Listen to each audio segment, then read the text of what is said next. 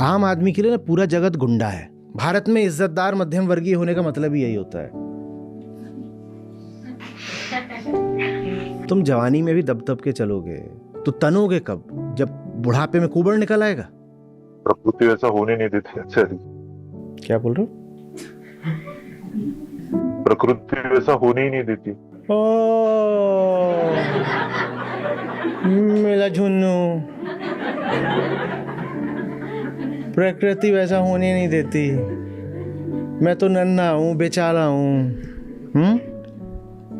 प्रकृति न किसी की सगी है न किसी को ठगी है। ये दायित्व तो तुम्हारा है कि तुम प्रकृति को समझो, जीवन के नियमों को जानो। प्रकृति ने कोई साजिश नहीं रची हुई है तुमको परेशान करने की। नमस्ते सर। पहला सवाल से है। जी पिछले से हमारे साथ जुड़े हुए हैं। इनकी अटेंडेंस 90% और पार्टिसिपेशन रेट 20% है। रोहन जी अपने आप को अनम्यूट करें और अपना हाँ, सवाल रखिए। प्रणाम आचार्य जी। आचार्य जी, मैं आपसे 2 साल से जुड़ा हुआ हूँ। आपसे जुड़ने के बाद मुझ में काफी बदलाव हुए हैं, जिसका मैं सदा ऋणी रहूंगा। एक्चुअली घर में भी बहुत बदलाव हुए हैं। और मेरा सवाल थोड़ा पर्सनल सा है, मतलब पढ़ाई से रिलेटेड ही है। आचार्य जी, मैं काफी मतलब दुर्बल सा महसूस करता हूँ। मुझे हर एक के सामने मतलब झुक कर बात करनी पड़ती है। मैं लोगों से आंख मिलाकर भी बात नहीं कर सकता हूँ। एक्चुअली मेरे सारे दोस्त अच्छी जगह पे पीजी लग चुके हैं। और मैं अभी तक पीजी की एग्जाम क्रैक नहीं कर पाया हूँ। पढ़ने बैठता हूँ तो कुछ ना कुछ विचार आते रहते हैं। मतलब बम्बार्डमेंट होती है थॉट्स की, तो पढ़ाई में मन नहीं लग पाता है, कंसंट्रेट नहीं कर पाता हूँ। मतलब जिसके कारण उदासीनता आती रहती है। अभी थोड़ा मैं डायलेमा में हूँ कि मतलब इसके कारण मैं पढ़ नहीं पा रहा हूँ, तो एग्जाम पे फोकस करूँ पढ़ाई पढ़ाई करते हुए, या फिर वही घिसी पिटी जिंदगी नौकरी सरकारी नौकरी वाली करता रहूँ। मतलब कुछ मार्ग दिखाइए। मतलब मैं नौकरी के साथ पढ़ रहा हूँ फिलहाल।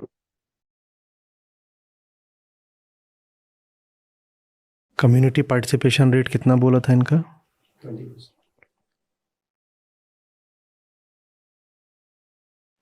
मुझे से सच चाहिए और मुझे से झूठ बोलते हो। कह रहे हो कि सबके सामने झुक जाते हो, दोस्तों से प्रभावित हो जाते हो। मेरे सामने तो नहीं झुके आज तक। अगर सबके सामने तुम झुकते ही होते तो मुझे भी उन सब का एक छोटा सा हिस्सा मानकर झुक गए होते। अपना व्यक्तित्व तो ऐसे दिखा रहे हो जैसे कुछ दमित किस्म का है। सीधे कहूं तो जैसे दब्बू हो, पर दब्बू नहीं हो, बहुत अकड़ू हो। और अगर सचमुच दबना जाना होता तुमने सच के सामने, तो झूठ के सामने फौलाद की तरह खड़े हो जाते, तन के जरा सा भी नहीं झुकते। अभी दुनिया के सामने झुके हुए हो। क्या शब्द थे तुम्हारे कि डर जाता हूं? आंख मिलाकर, हाँ, डर सा लगता है आचार्य जी। मतलब आंख मिलाकर बात नहीं कर पाता हूँ। आंख मिलाकर बात नहीं कर पाते क्योंकि जिससे आंख मिलानी चाहिए थी उससे तो कभी मिला ही नहीं। दोस्त क्या कर रहे हैं उसको देख करके तुम अपनी किस्मत तय कर रहे हो, क्योंकि जिसके साथ तुम्हारी किस्मत तय होनी चाहिए थी वहां से तो भागते हो 80%। बेटा ये नियम है, इसका मैं तुम तुम्हारे दोस्त कोई अपवाद नहीं हो सकते। नियमों कोई तोड़ सकता है? मैं इसको उठाऊं नीचे छोड़ूं तो क्या होगा? आप उठाओ नीचे छोड़ो तो क्या होगा? आप वहां स्क्रीन में ऐसे उठाओ कलम को छोड़ो तो क्या होगा? हम में से कौन तोड़ सकता है इन नियमों को? इनको चाहे जीवन का नियम बोलो, अगर चेतना की तरफ से बात करनी है तो हम बोल देते हैं जीवन के नियम, जीवन के नियम। और अगर ज्यादा सटीक बात करनी है तो बोलो प्रकृति के नियम। जिसको आप जीवन का नियम भी बोलते हो ना, वो वास्तव में बस प्रकृति का नियम है। इसको पाश्चात्य दर्शन ऐसे देखता है कि the laws of matter are the laws of mind. जिसको आप बोलते हो ना लॉज ऑफ मैटर, वो लॉज ऑफ माइंड है। खैर वो अलग बात है। तो उसी को हम कह रहे हैं कि नियम है।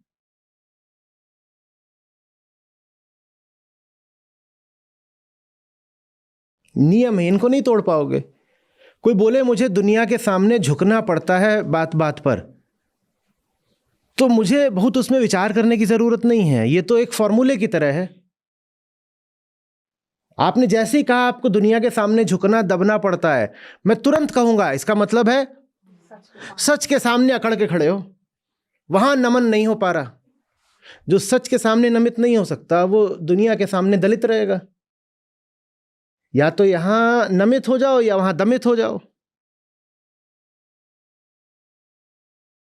दुनिया से झुकने का मतलब ही है कि दुनिया बड़ी चीज लग गई भाई, बड़ा महत्व दे दिया है ना।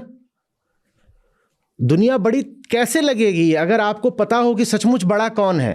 जो सचमुच बड़ा है अगर आप उसके साथ हो लगातार, तो दुनिया तो ऐसी चीज हो जाती है ना दो कौड़ी की।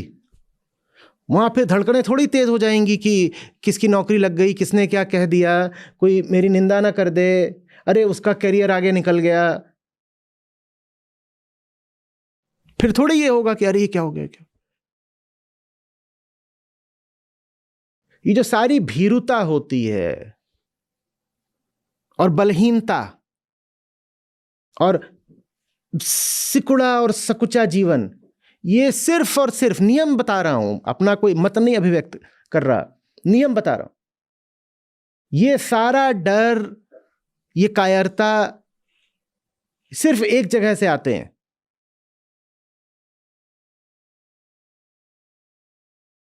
हठ है। हठ है।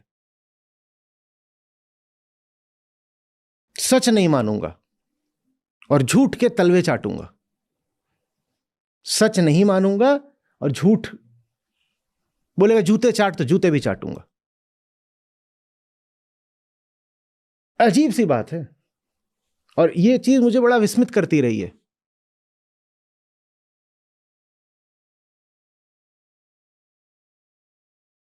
लोग दुनिया में बिल्कुल रीढ़हीन होते हैं।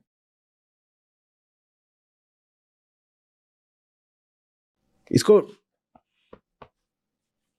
मेरु बोलते हैं, मेरुदंड, जो आपको ऊंचा रखे, मेरु पर्वत जैसा मेरुदंड। ये नहीं होता हमारे पास। स्पाइनलेस।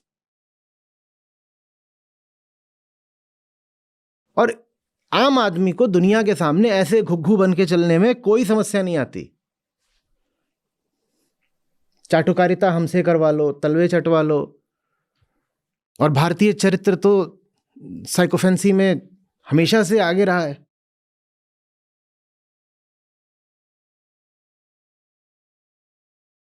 लेकिन यही आदमी जो दुनिया भर में दब्बू बना फिरता है, झुका झुका मरता है, इससे आप दो बातें सच की कहो, फिर इसका आप रौद्र रूप देखो, ये बिल्कुल अकड़ जाएगा। आप अपने ही घरों में देख लीजिएगा, अपने घर में नहीं तो पड़ोसी में होगा, या कहीं आपने सुना होगा, कुछ आपको पता होगा दोस्त यार में कहीं।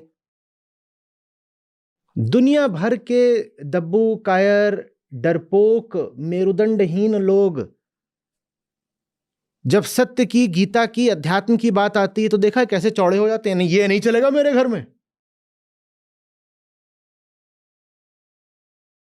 तू दुकान में ग्राहकों की खाता है क्या? रोटी भी नहीं, चप्पल। दफ्तर में बॉस की खाता है। पर जब सत्य सामने आता है तो तू बिल्कुल क्या जलवा दिखाता है। नहीं, ये सब नहीं चलेगा मेरे घर में।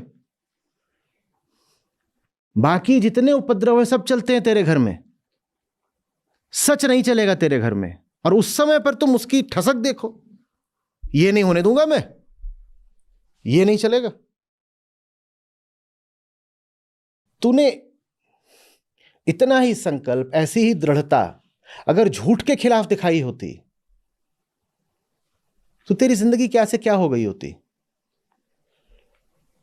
द्वैत है भाई जीवन। किसी को बहुत झुका पाओ तो जान लेना कि ये कहीं बहुत अकड़ा भी हुआ है। पक्का समझ लो।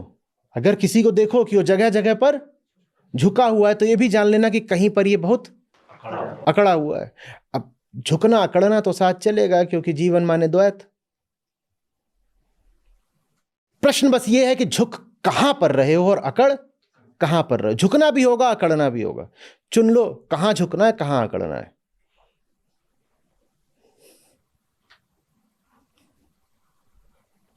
दोस्त 5 बातें बोलें तो उसमें से 4 की उपेक्षा नहीं कर पाते, यही समस्या लेके आए हो।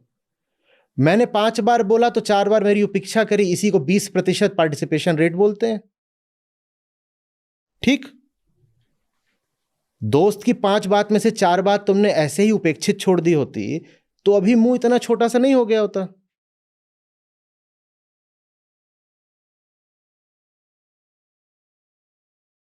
सही जगह झुक जाओ, फिर कहीं और नहीं झुकना पड़ेगा। आ रही बात समझ में? ये सारी समस्याएं सिर्फ इसलिए होती हैं क्योंकि दुनिया हमें बड़ी भारी चीज लगती है, और है वो बुलबुला। कहते अरे जान ले लेगी दुनिया, उसकी अपनी जान नहीं है, तुम्हारी क्या जान ले लेगी। जान लेने देने की उसमें सामर्थ्य होती तो सबसे पहले वो खुद जानदार ना हो गई होती।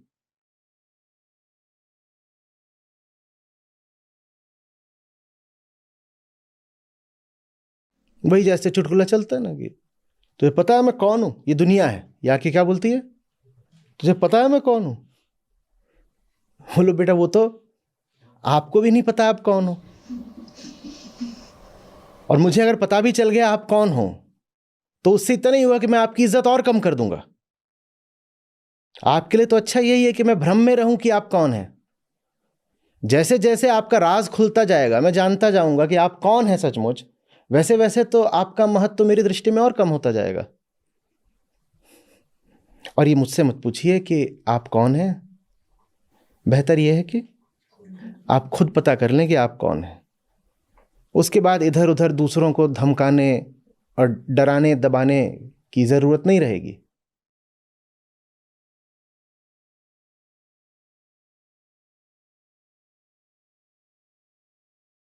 खौफ, व्यर्थ का खौफ पुता हुआ है चेहरे पर, क्योंकि एक भाव है कि कोई बहुत जरूरी चीज है जो छूटी जा रही है। उस भाव में सच्चाई कितनी है ये कभी जांचा नहीं।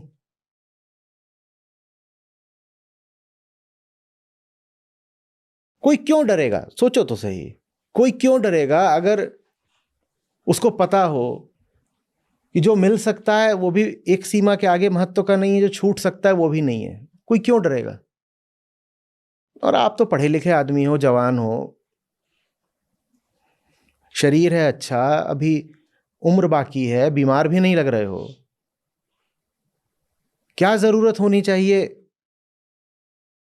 ऐसे कांपते डगमगाते दिखने की, थर थर थर थर थर थर। क्यों? क्योंकि 4 कोई मिल गए हैं ऐसे ही लफंगे, और कोई आके बता रहा है कि फलानी दिशा चले जाओ, ये करियर कर लो, वो कर लो। कोई और कुछ बता रहा होगा, किसी ने कुछ कह दिया, कोई ब्याह करके बैठा होगा, उसको देख करके कांप रहे हो। कमजोर पत्ते हो जाओगे तो साधारण हवा भी कपा देगी, है ना। लोगों को बहुत अजीब लगता है, कहते पर हमारी समस्या तो कैरियर रिलेटेड है ना, तो ये भजन में उसका समाधान कैसे मिलेगा।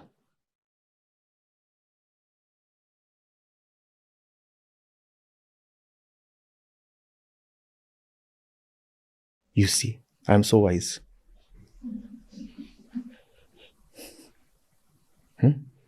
ये ऐसी सी बात है कि गाड़ी के पहिए नहीं चल रहे हैं तो फ्यूल टैंक्स में क्या भरे दे रहे हो, फिर जो भरना है पहिए में भरो। गाड़ी में ईंधन नहीं है, गाड़ी खड़ी हुई है, तो मालिक जोर कहां लगा रहे थे, पहियों को ठेल रहे थे। बोले तो देखो गाड़ी चलती है, ये कैसे पता चलता है? तो गाड़ी नहीं चल रही माने समस्या किसके साथ है? तो मालिक लगे हुए हैं और पहिए ठेल रहे हैं, तभी कोई आया पीछे से, बोला उधर है भजन रिफ्यूलिंग पॉइंट, और वहां से लगाया फ्यूल टैंक में पाइप। तो झुन्नू लाल भैंस पे उतर आए, बोले समस्या तो है पहियों में, और तुम ये कुप्पी लेके आ गए हो, पता नहीं गाड़ी के पेट में क्या भर रहे हो, पेट थोड़ी खराब है गाड़ी का मेरी।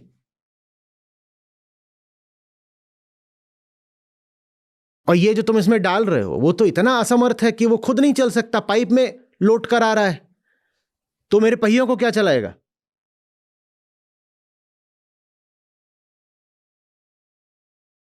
भजन से थोड़ी जीवन की समस्याएं सुधरेंगी, पहियों को धक्का दो तब सुधरेंगी। लगता है ना?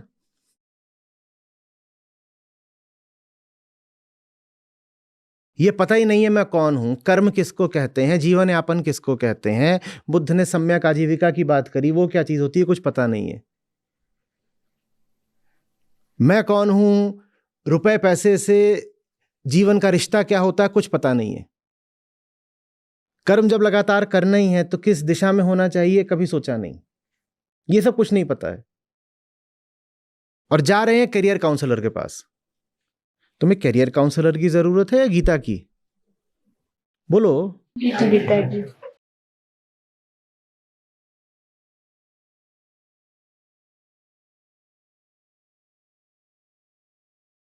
कितना हम में विरोध है सच्चाई के लिए कि हम एकदम जो 20-20, 25-25 साल वाले घूम रहे हैं, कुछ न जानते न समझते, ये भी सलाहकार बन जाते हैं। वो वहां पर अपना वो, हाँ मैं तुम्हें बताऊंगा तुम्हें क्या करियर का तुम्हारा होना चाहिए। क्यों, किस बात पर? क्योंकि उसका कोई एग्जाम क्लियर हो गया है तो वो कह रहा है मैं भी तुम्हारी करियर काउंसलिंग कर दूंगा। और जिसका नहीं हुआ वो उनको ऐसे देखता है, जी हाँ जी हाँ जी। वही जैसे आप किसी हॉस्टल में चले जाओ तो वहां फर्स्ट ईयर का जो होगा फच्चा निब्बा, वो सेकेंड ईयर वाले को ऐसे देखता है कि जी ये हैं ज्ञान गुण सागर।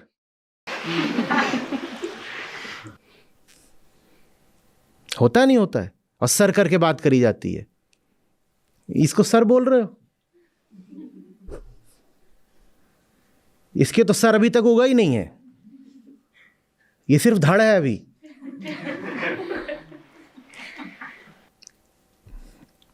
क्यों इतने मायूस हो, क्या है? बोला था ना जाके देखना अवधूत गीता में, नहीं पुण्य पदम नहीं पाप पदम किम रोदसी मानव सरसमम। काहे को रो रहे हो?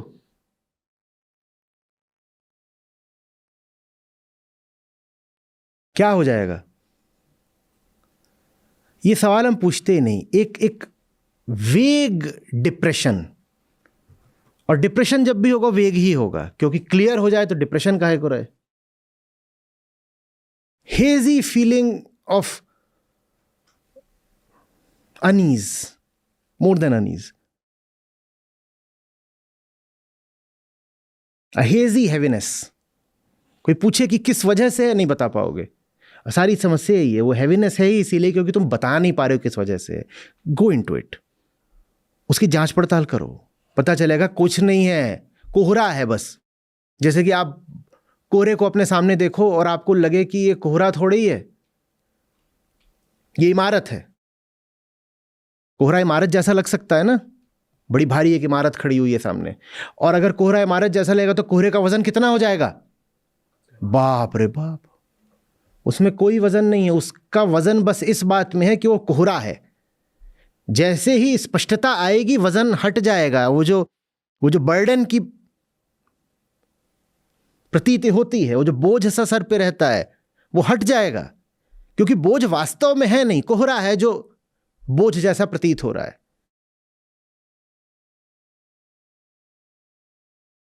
हम बस जड़ अनुभोक्ता बने रहते हैं उस भीतरी हेज के। कुछ है वो परेशान कर रहा है, हम परेशान हुए हैं। अरे परेशान हो तो उठो ना इंसान की तरह, सवाल जवाब करो थोड़ा, किस बात पे परेशान हूं, अच्छा क्या हो जाएगा, कलम कागज उठाओ लिखो, अच्छा अभी मैं इस बात परेशान हूं, ये नहीं हुआ तो ऐसा होता है, मुझे ये परेशानी इसने सिखाई है, मेरा ऐसा चलता है। मुंह लटकाने से क्या होता है?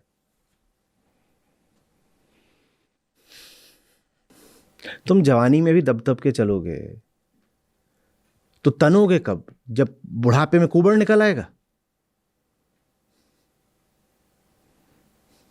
आम आदमी के लिए ना पूरा जगत गुंडा है, उसके लिए हर दूसरा व्यक्ति गुंडा है, वो सभी से ऐसे।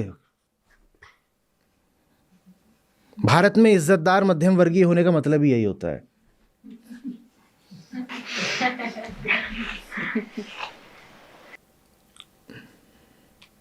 लाचारी पोतो, मैं लाचार हूं।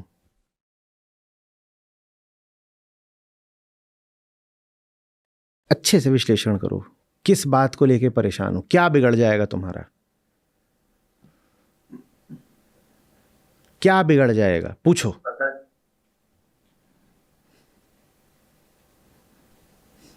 पता नहीं आचार्य जी, मैं मतलब जिंदगी ऐसी बैठ सी गई है, मतलब क्या करना चाहिए कुछ समझ में नहीं आ रहा है। अरे यार तुम हो कहां पे, तुम्हें यही नहीं पता तो आगे क्या करो, कैसे समझ में आ जाएगा? और बड़े रौब से बोल दिया पता नहीं क्या करना चाहिए। अब तुम्हें ये नहीं पता क्या करना चाहिए, तुम्हें ये नहीं पता क्या हो रहा है, तुम्हें ये भी नहीं पता समस्या क्या है, तो तुम्हें ये कैसे पता है कि परेशान होना है? अगर तुम्हें ये नहीं पता कि समस्या क्या है तो तुम्हें ये कैसे पता है कि परेशान होना है? या तुम्हें समस्या पता हो और उससे मेरा निर्णय हो कि समस्या घोर गहन है, मुझे परेशान होना चाहिए। समस्या पता ही नहीं तो परेशानी कैसे पता हो गई?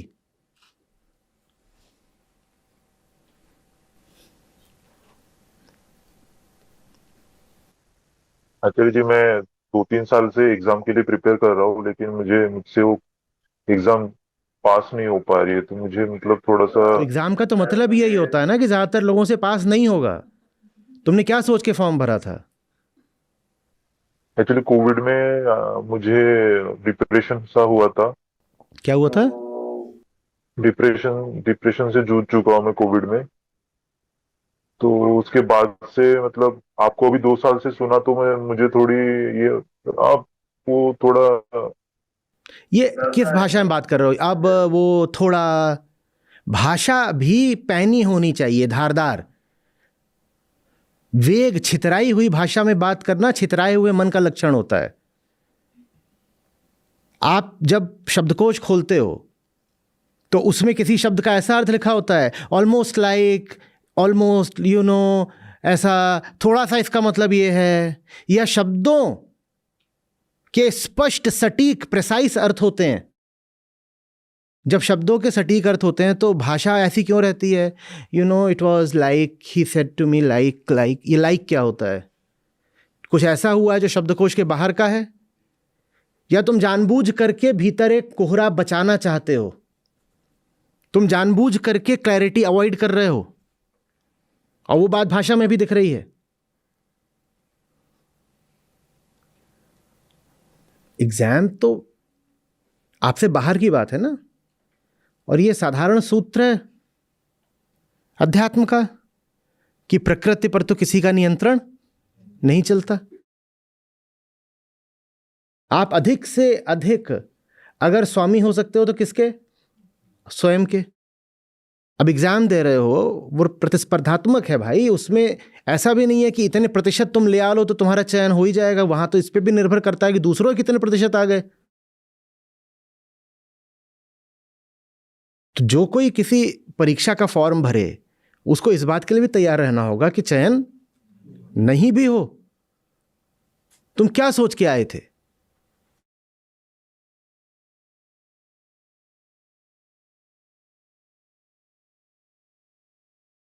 ये दो बातें याद रखा करो शोले वाली।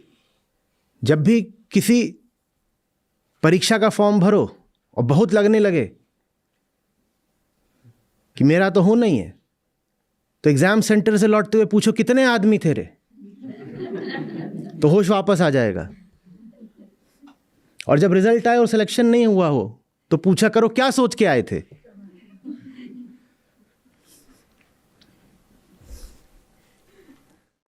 वहां 10 लाख लोग भर रहे हैं और तुम अपनी आशा का झंडा लेके नाच रहे हो कि मेरा तो हो गया, मेरा तो हो गया। क्यों हो गया भाई?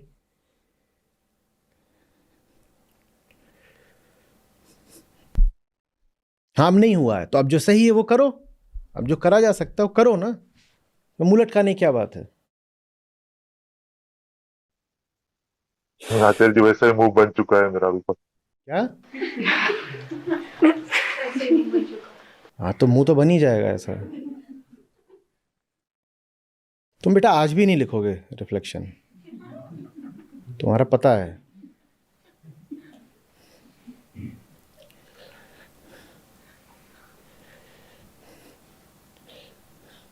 जिंदगी बहुत छोटी होती है, ठीक है ना? और करने को एक महत्वपूर्ण काम होता है। वो महत्वपूर्ण काम ये होता है कि मुंह पर ये जो मायूसी छाई हुई है इसको पोंछ दिया जाए। हम इसी के लिए पैदा होते हैं। दुख निरोध, दुख लेके पैदा होते हो और जीवन मिला होता है इसी दुख को हटाने के लिए। मर जाओगे ऐसे ही मुंह लेके, फिर सोचो ऐसे मुंह पड़ा हुआ है।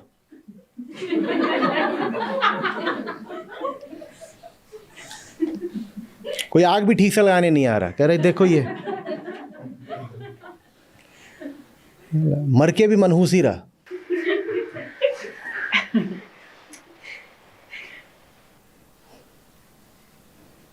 पंडित उतनी दूर खड़े होकर के मंत्र मार रहा है, हटा हटा, मर गया।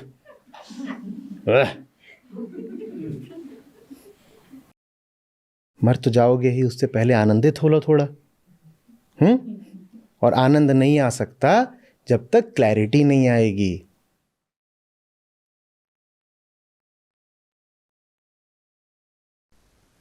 प्रकृति वैसा होने नहीं देती आचार्य जी। क्या बोल रहे हो? प्रकृति वैसा होने ही नहीं देती। ओ मेरा झुन्नू, प्रकृति वैसा होने नहीं देती। मैं तो नन्हा हूं, बेचारा हूं। प्रकृति न किसी की सगी है न किसी को ठगी है। ये दायित्व तो तुम्हारा है कि तुम प्रकृति को समझो, जीवन के नियमों को जानो। प्रकृति ने कोई साजिश नहीं रची हुई है तुमको परेशान करने की। तुम चल रहे हो सड़क पर, वहां खंभे हैं, वहां गड्ढा भी हो सकता है, वहां पेड़ हो सकता है, वहां वाहन हो सकते हैं, वहां दूसरे लोग हो सकते हैं। तुम उनसे जाकर भिड़ जाओ, उनकी क्या गलती है?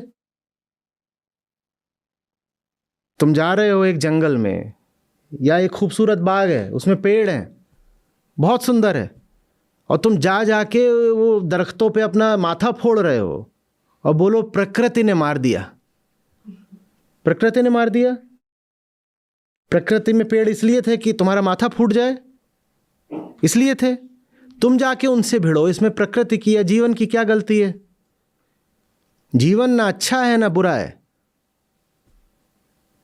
वो तो सब तुम्हारी स्पष्टता, बोध, क्लैरिटी पर है कि जीवन का तुम्हें क्या सिला मिलता है।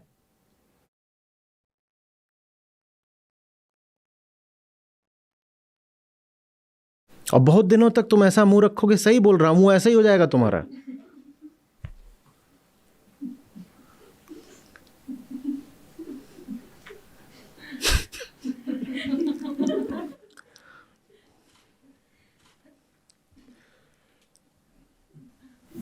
कोशिश करूंगा आचार्य, कोशिश करूंगा थोड़ी खुद को काम करने के लिए। कैसे करोगे काम? हाँ, वही जो कुछ भी दुविधा दे रहा है वो लिख के, इस पे काम करके। तुम एक उम्र के हो, ठीक है? तुम आगे कुछ काम करना चाहते हो, अपने आप से पूछो अच्छा काम क्यों करना है। एक बार को जितने तुम्हारे मन पर दबाव हैं सारे हटा दो, पूछो मुझे कोई भी काम क्यों करना है। कुछ जवाब आएगा, उसमें से जो जवाब बिल्कुल ठीक लगे, ठोस, पूछो अच्छा तो इस वजह से काम करना है, तो कौन सा काम करना चाहिए, उसके लिए क्या रास्ते हैं। तो काम करने के बहुत सारे जो गलत व्यर्थ कारण होते हैं वो हट जाएंगे। ये जो हम एक ही एग्जाम के पीछे कितने कितने सालों तक लगे रहते हैं, या दोस्त किसी दिशा में सफल हो गए हम उनके पीछे लगे रहते हैं, वो सब हटेगा। फिर तुम्हें पता चलेगा तुम्हें अपनी जिंदगी जीनी है। तुम्हें समाज की या दोस्तों की जिंदगी तो नहीं जीनी है। तो तुम्हारी जो अपनी जिंदगी है उसमें तुम्हारे लिए क्या ठीक है, एक बार जान जाओगे तो फिर इतनी मजबूरी नहीं रहेगी। और एक बात और समझना अच्छे से, बहुत अच्छी बात होती है जब सब लोग एक ही दिशा में एक ही सड़क पर भागे जा रहे होते हैं। भागने दो उनको। इसका मतलब जानते हो क्या होता है? दूसरी सड़कों पर ट्रैफिक कम मिलता है।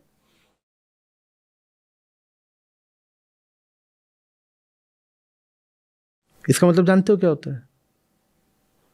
वो जो दूसरा रास्ता है अगर वो लंबा भी हो तो उस पर सुविधा भी ज्यादा रहती है और समय भी कम लगता है। भले ही वो रास्ता लंबा था, भले ही वो सड़क उबड़ खाबड़ थी, लेकिन उस पर लोग इतने कम थे, इतने कम लोग थे कि रास्ता आनंद में गुजरा। और कुल मिलाकर के सड़क के लंबे होने के बावजूद और सड़क के उबड़ खाबड़ होने के बावजूद भी समय भी कम लगा, क्योंकि सब के सब एक ही सड़क पे भाग रहे थे। क्यों? क्योंकि सब डरपोक हैं, सब एक दूसरे को पकड़े हुए एक ही सड़क पे भाग रहे हैं। मतलब समझ रहे हो क्या बोल रहा हूं? हाँ सर।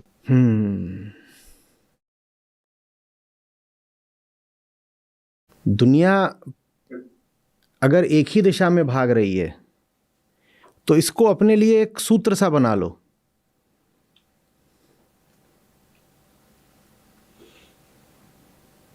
कि पहली वरीयता उन रास्तों को देंगे जिन पे दुनिया नहीं चल रही है। नियम नहीं है, नियम नहीं है, सूत्र है। वरीयता कहा है, निर्णय नहीं कहा है। जो काम सब लोग कर रहे हैं सबसे पहले तो ये कहो ये नहीं ही करना है।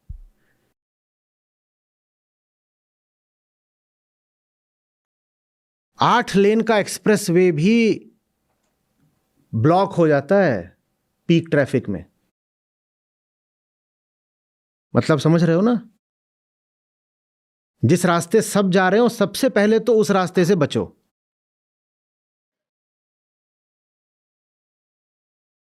और एक्सप्रेस वे इतने लेन का बना दिया गया है, इससे बस ये पता चलता है कि सब उस पर जा रहे हैं।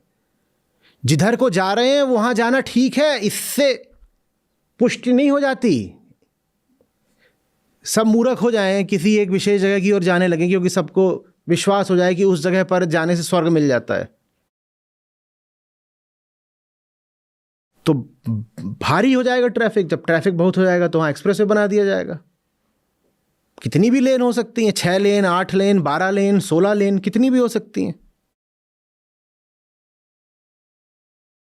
उस सड़क की चौड़ाई देख करके क्या यह सिद्ध हो जाता है कि जहां को सड़क जा रही है वो जगह ठीक ही है?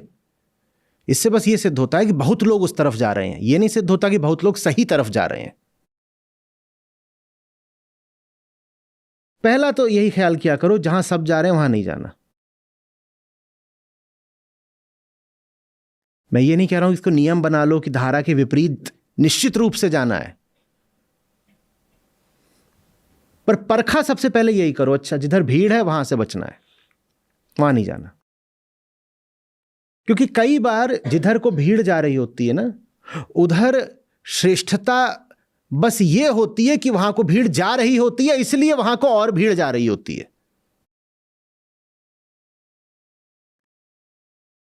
दो दुकानें हों अगल बगल एक सी, और कई बार खाने पीने की ऐसी एक सी होती हैं। आप जाओगे ऋषिकेश की तरफ जाइए तो वहाँ पर ढाबे मिलेंगे, और कतार में एक के बाद एक मान लीजिए 5 ढाबे हैं। अब मैं बहुत बार वहाँ आता जाता रहता हूँ, तो वही मैं 5 अगल बगलों की, कभी आप देखोगे एक पूरा भरा हुआ है बाकी खाली, कभी देखोगे एक भरा हुआ है बाकी खाली है। कैसे हुआ? क्योंकि जो भरने लगता है वो फिर भर ही जाता है। वो भर क्यों जाता है? अगला आदमी आता है, कहता है इसमें लोग ज्यादा हैं तो यही है, चलो। और बाकी 4 कह रहे हैं पूरा खाली, वहां कोई नहीं जा रहा। उनकी गलती क्या है? बस कि वो खाली है।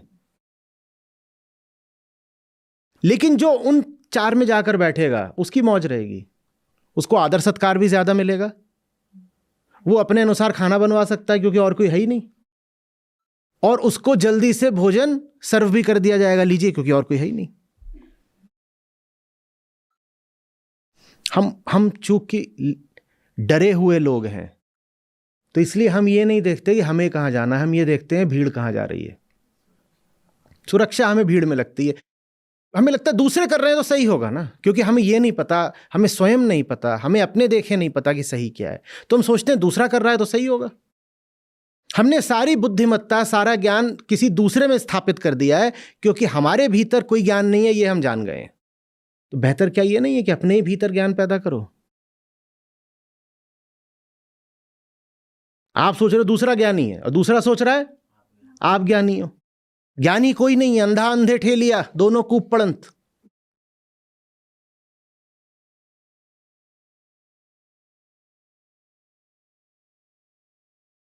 हमने तो संख्याओं को पैमाना बना लिया श्रेष्ठता का।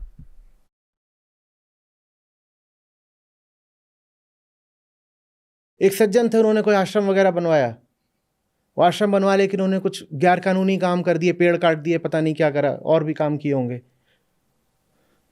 तो उनको जाकर के पूछा जा रहा है कि ये आपने सब करा है, ये ठीक नहीं है, और उनको दस्तावेज दिखाए गए, ये आपने गलत काम करा है। तो पहले उन्होंने इधर उधर की बातें करी, जब फंस गए तो बोले मेरे यहां पे हर रोज 5,000 लोग आते हैं, क्या वो गलत है? ये हमारा तर्क होता है। अगर संख्या मेरे पक्ष में है तो मैं ठीक ही कर रहा हूं। या मेरे यहां पे तो बहुत बड़े बड़े लोग आते हैं, सब धनपति उद्योगपति मेरे यहां आते हैं, सब राजनेता मेरे यहां आते हैं, तुम कह रहे हो मैं गलत हूं, तो क्या वो सब राजनेता भी गलत हैं? ये तर्क है कोई? ये तर्क है? पर ये तर्क हम सबका तर्क है, इसलिए तर्क चल जाता है कि अगर 10,000 लोग ऐसा कर रहे हैं तो। जब चीन की आबादी पहले 1 बिलियन हुई थी, तो एक मुहावरा निकल पड़ा था, 1 billion Chinese can not be wrong. आज से कई दशकों पहले की बात है, जब चीन 1 बिलियन पहुंचा था, तो ये मुहावरा ही बन गया था, 1 billion Chinese can not be wrong. ये लोक सत्य है हमारा, क्योंकि 1 बिलियन है तो गलत थोड़ी हो सकते हैं। और एक बात अच्छे से समझिएगा, 1 बिलियन है तो गलत ही होंगे, क्योंकि सत्य तो अकेला होता है। अगर 1 बिलियन लोग एक साथ ठीक हो सकते तो पृथ्वी आज वैसी नहीं होती जैसी हो गई है। जहां भीड़ देखो वहां समझ लो अज्ञान ही होगा। अगर गीता आप पर जरा भी उतरी है, ज्ञानियों की बात आपको थोड़ी भी समझ में आई है, पहली चीज ये होगी कि आपको भीड़ से थोड़ी असहिष्णुता हो जाएगी। आप जिधर देखोगे कि सब जा रहे हैं, आप थोड़ा ठिठकोगे। मैं नहीं कह रहा अनिवार्य रूप से जिधर सब जा रहे हो वो जगह या वो दिशा गलत ही होती है, पर ज्यादा संभावना यही होती है कि इतने लोग एक तरफ को जा रहे हैं तो वो जगह ठीक तो नहीं हो सकती। जिधर को देखो कि बहुत लोग हैं, वहां पर तुरंत ये बात कौंधनी चाहिए कि इतने लोग हैं तो कुछ गलत ही हो रहा होगा।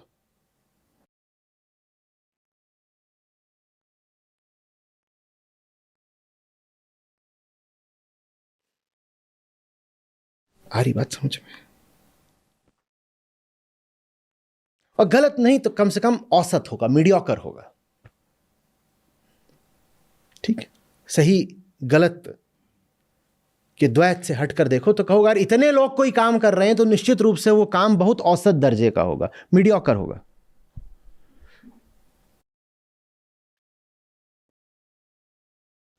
श्रेष्ठता और साहस एक दूसरे के पूरक होते हैं।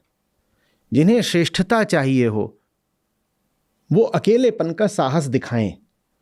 साहस के बिना श्रेष्ठता की मांग दुस्साहस है।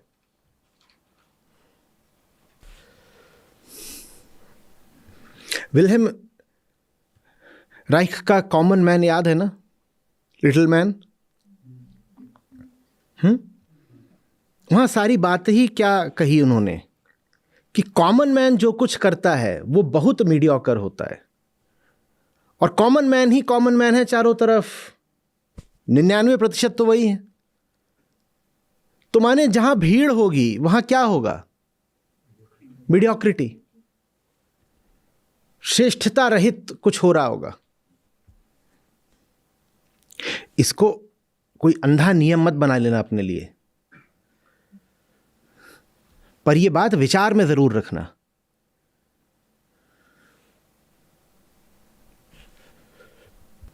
अपनी एक जिंदगी है, अपनी एक जिंदगी जीनी है। भीड़ के अंदर घुस के थोड़ी जी लेंगे, किसी और के शरीर में प्रवेश करके जियोगे क्या? अपने साथ अपने भीतर जीना है ना। तो देखो तुम्हारे लिए क्या ठीक है, भले ही वो कोई और ना कर रहा हो, क्या फर्क पड़ता है? और अच्छी बात है कोई नहीं कर रहा तो हम ही अकेले, हम ही धुरंधर, अकेले दौड़ेंगे तो जीतेंगे फिर।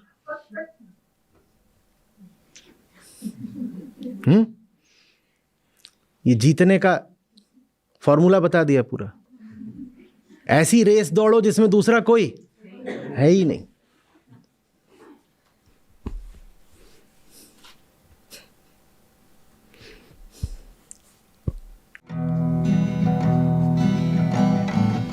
मनवा तो पंछी भया, उड़ के चला आकाश।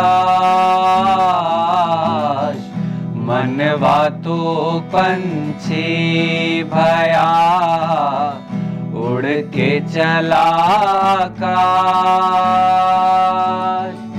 ऊपर ही ते गिर पड़ा, मन माया के पास रे साधो, मन माया के पास। मनवा तो पंछी भया, उड़ के चला आकाश। मनवा तो पंछी भया, उड़ के चला आकाश।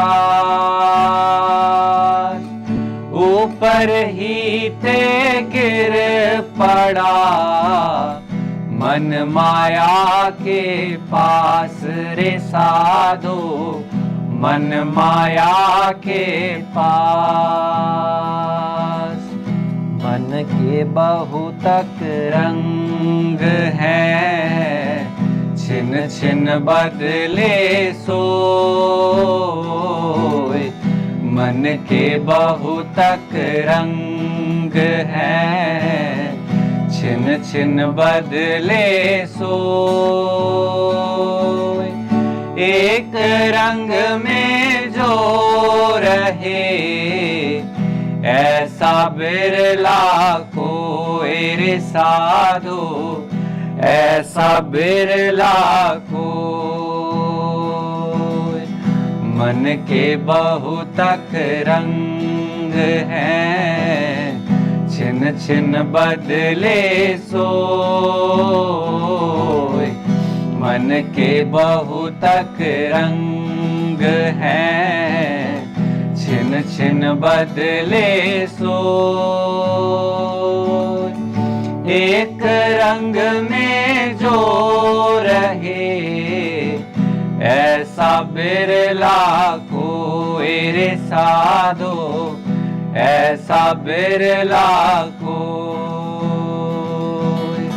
सात समुद्र की एक लहर, मन की लहर अनेक।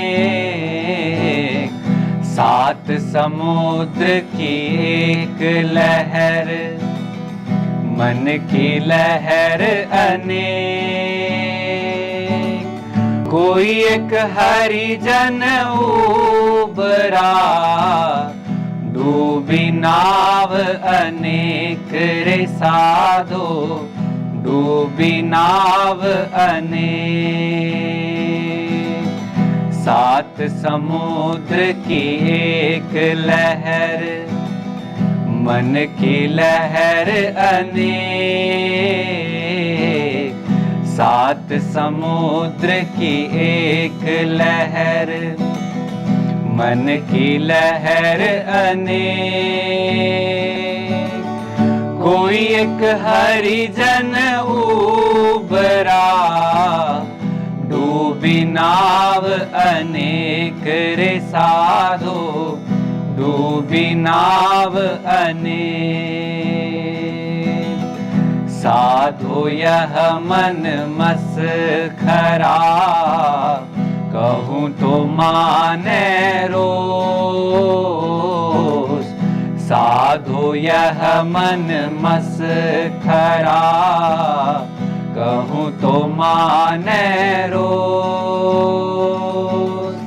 जा मारग साहब मिले, ताहा न चाले कोस रे साधो, ताहा न चाले को।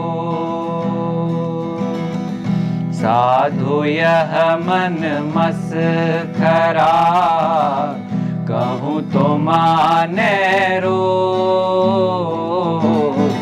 साधु यह मन मसखरा, कहूँ तो माने रोष। जा मार्ग साहब मिले, ताहा न चाले कोस रे साधो, ताहा न चाले को।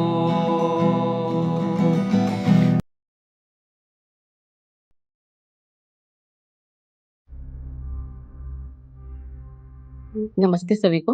मैं गुंजा अभी काफी टाइम से यूट्यूब पे सुन रही थी आचार्य जी को, और अभी तो फरवरी माह से मैं सत्रों में भी जुड़ी हूँ, तो बहुत ही अच्छा लगा। पहले तो सबसे पहला तो बहुत बहुत ही धन्यवाद आप सबको कि आपने हमारे जीवन को ना जीने लायक बनाया। मतलब इसकी जिम्मेवारी ली। जिंदगी तो मिल गई थी, बस मिल गई थी, जी ले ऐसा करके, पर उसको जीने लायक बनाने का जो तरीका है ना, ये सिखाने की जो आप लोगों ने जिम्मेवारी ली, इसके लिए बड़ा तहे दिल से आप लोगों का धन्यवाद। और मैं आज के सत्र से जो हमें सीख मिली वही है, जो अपने को बेहतर बेहतर और बेहतर बनाने की, जो अपनी पुरानी आदतें हैं ना, जिसमें हम हर चीज को अपने जैसा ही बना लेते हैं, तो उनको छोड़ना और खुद को गीता और वेदांत की तरह बनाने की कोशिश करना।